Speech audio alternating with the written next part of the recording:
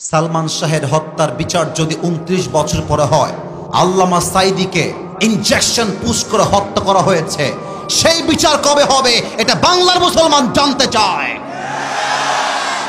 সালমান শাহের দিকে তাকাও, মারছে কে? ওর বউ তারে মারছে।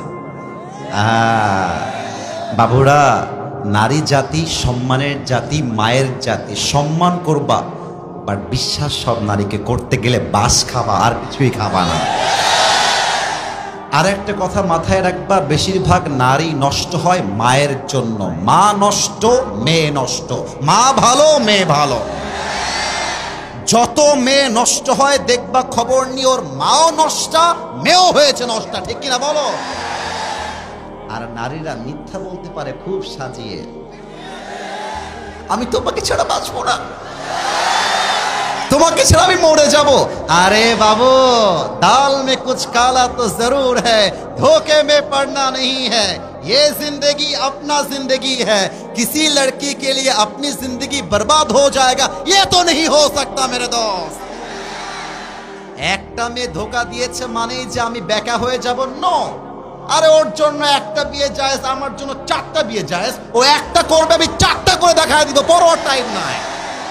29 বছর পরে ইনভেস্টিগেশন করে আপনার সালমান শাহের খুনি বের করছেন, আর বাংলাদেশের কোরআনের উজ্জ্বল নক্ষত্র, কোরআনের পাখি আল্লামা সাঈদীকে জেলখানায় ঢুকিয়ে 12টা বছর নির্যাতন করে শহীদ করা হয়েছে। এর বিচার কবে হবে? আমরা জবাব চাই। বাগমারার ভাইরা বলেন। ও, নায়কের বেলায় দরদ উথলায় পড়ে, আলেমদের বেলায় দরদ উথলায় না। কারণ আলেমরা তো ভারতের দালালি করে কথা বলে না। ভারতের দালালি করে কথা বললে আলেমদের দাম বেড়ে যেত। মাথায় রাখবা, এই বাংলাদেশ ভারতের জন্য স্বাধীন হয় নাই। এই বাংলাদেশ স্বাধীন হয়েছে মায়ের ইজ্জতের বিনিময়ে। এই বাংলাদেশ স্বাধীন হয়েছে হাজারো যুবকের বুকের তাজা রক্তের বিনিময়ে। এই বাংলার একটা মাটিও আমরা ভারতের জন্য ছাড়তে রাজি না। আল্লামা সাঈদী বলতেন, বাড়াবাড়ি বেশি কইরো না, গাছের আগায় আছো, গাছের আগায় থাকো। বেশি বাড়াবাড়ি করলে একটা ঝাঁকুনি মারবে, মামুর বাড়ি দিল্লি গিয়ে পড়বা, ওই দিল্লি গিয়ে তারা পড়েছে, ঠিক কিনা বলে? অতএব সালমান শাহের হত্যার বিচার করলেই হবে না।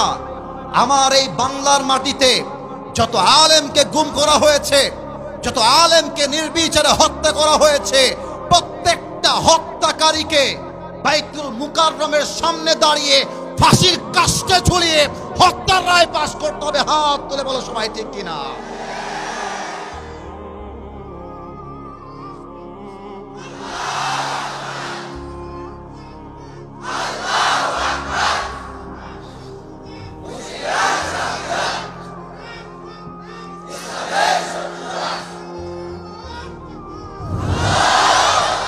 আল্লাহ যেন স্লোগান কবুল করে, পড়েন সবাই আমিন। আগামীর সংসদ আমরা কোরআনের সংসদ দেখতে চাই। ব্রিটিশ আইন চলবে না। এই বাংলাদেশে 90% বেশি মুসলমানরা রয়েছে। বলেন না ভাই, বলেন বলেন।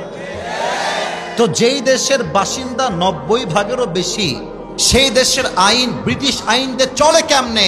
আমরা তো বুকের তাজা রক্ত ব্রিটিশ আইনের জন্য দেই নাই, আমরা বুকের তাজা রক্ত দিয়েছি বাংলার মাটিতে ইনসাফ কায়েম করবার জন্য। বলেন।